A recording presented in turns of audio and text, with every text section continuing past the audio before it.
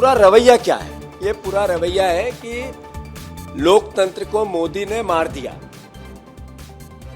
प्रजातंत्र को मोदी ने मार दिया एक तरह से। आदरणीय हरीश चौधरी जी हमारे बीच में है, वो पूरा घटनाक्रम आपको सिलसिलेवार बताएंगे। मैं आदरणीय हरीश चौधरी जी से आग्रह करता हूं अपनी बात।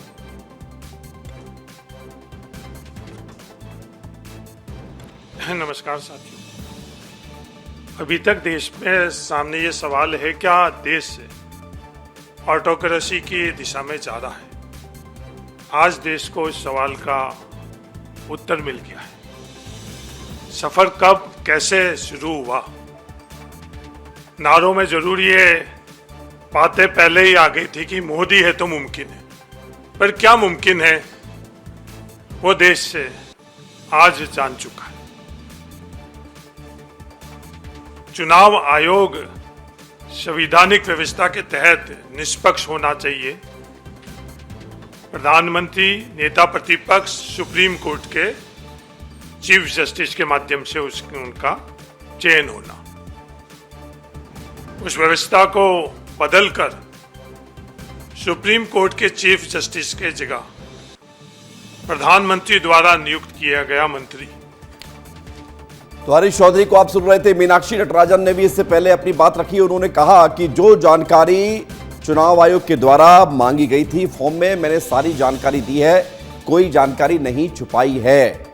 लेकिन इतना ही नहीं, उमंग सिंघार तो और 2 कदम आगे बढ़ते हुए यहां तक बोल गए कि रिटर्निंग ऑफिसर ने भी एक्सेप्ट किया है कि गलती की है, लेकिन ये भी कहा है कि नौकरी करनी है, यानी कि दबाव वाली सियासत भी यहां पर नजर आ रही है। इन सबके बीच 5 तस्वीर आपको हम दिखाते हैं। राज्यसभा के इस रण में जब दिल्ली तक जंग पहुंच गई है, तो इन तस्वीरों को जरा आप देख लीजिए।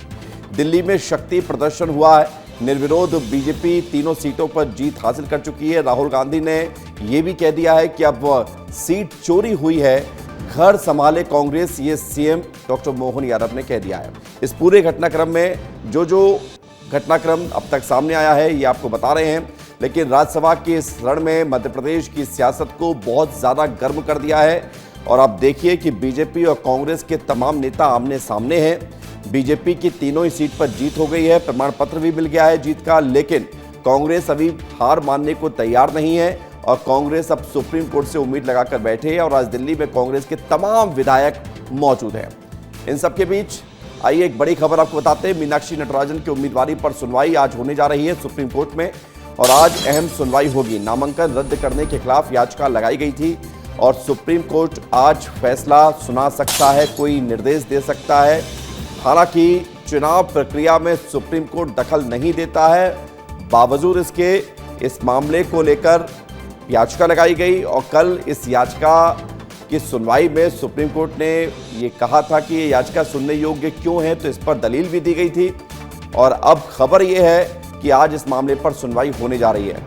कांग्रेस के द्वारा ये मांग की गई थी कि या तो तुरंत सुनवाई हो या फिर चुनाव प्रक्रिया पर रोक लगे या फिर जो फैसला हुआ उस पर स्टे हो, लेकिन सबको अभी इस पर कोई फैसला नहीं हुआ है। 10 जून को जो 2 बड़ी मांग रखी गई है, ये हम आपको बता रहे हैं कि तुरंत सुनवाई की जाए और इसके अलावा स्टे हो जब तक सुनवाई पूरी नहीं हो जाती। चुनाव परिणाम तक जब तक सुनवाई नहीं हो जाती तब तक चुनाव परिणाम पर रोक लगाई जाए, लेकिन चुनाव परिणाम सामने आ चुका और अब खबर यह है कि सुबह 10:30 बजे से यहाँ पर जो सुप्रीम कोर्ट में कल राहत मिली थी, मिलने की उम्मीद थी, वो नहीं मिली और आज उम्मीद है कांग्रेस को कि राहत मिले। ना तत्काल कल सुनवाई हुई, ना कल परिणाम रोका गया। रिजल्ट ये है कि तीनों को प्रमाण पत्र जीत का मिल गया है, बीजेपी के उम्मीदवारों को, लेकिन आज फिर से सुनवाई होने जा रही है।